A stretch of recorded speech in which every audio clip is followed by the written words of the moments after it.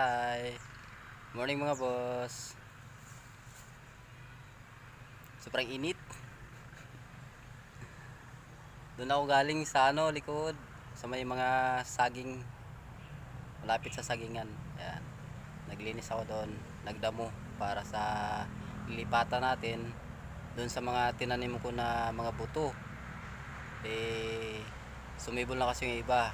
Siguro mga after 1 week sisibol na lahat yon. Tapos pag tumubo na yon na meron na mga 3 or 4 na dahon, pwede nating lipat dun. Kaya umpisa na silang sumibol, umpisa na rin natin maglinis doon ng lilipatan natin para tuloy-tuloy. Kasi pag lilinisan natin yun, tapos yun hindi pa tumubo, bago tutubo yun, yung linilisan natin doon, dinamuhan natin, makapal na rin. Kaya tama lang yun.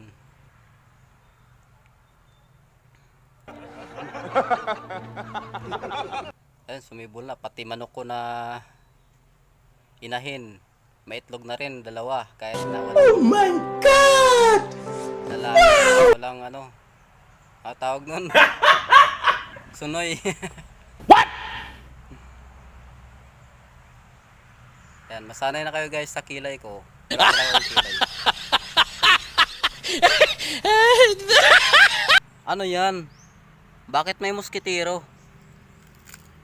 Nagtaka kayo no kung ano yan no? Yan. Naalala nyo yung nakaraan kong live? Gumawa ako ng taniman ng mga buto. Ito na yon guys. Ayan guys, malapit na silang yung iba. Ayan yung iba. Ayun, sa dulo. Sumisibol na sila guys.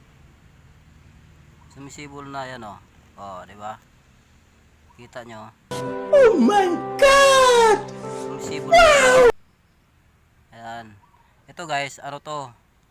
Sili na malalaki. Tsaka ito naman yung papaya. Yung papaya hindi pa sumisibol. Ayan oh.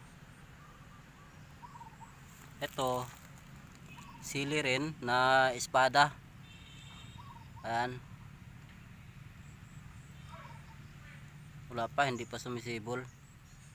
Ito naman yung talong. Tingnan natin talong. Wala rin. Hindi pa sumisibol. Alam nyo guys, muskitero yan. Kasi pinapasok ng mga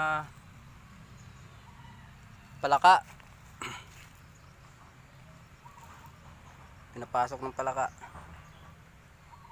Gusto nila doon kasi malamig. Yan, tinaniman ko ng malunggay oh. Hanggang dulo 4 na puno. Tsaka yung tanglad. Ayan.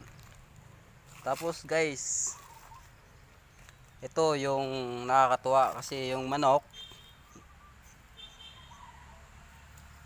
na hinahin, ayan, maitlog na 2, diba? Walang lalaki pero may itlog. Ayan. 2 guys. So 2 yung itlog kasi 3 yung manok natin pag nabuto yan.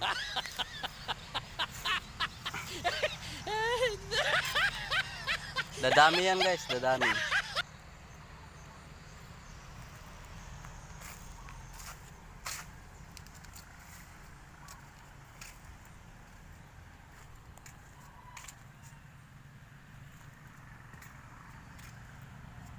Yung itatanim ni boss na nalanta na kahit binabad sa tubig yung puno.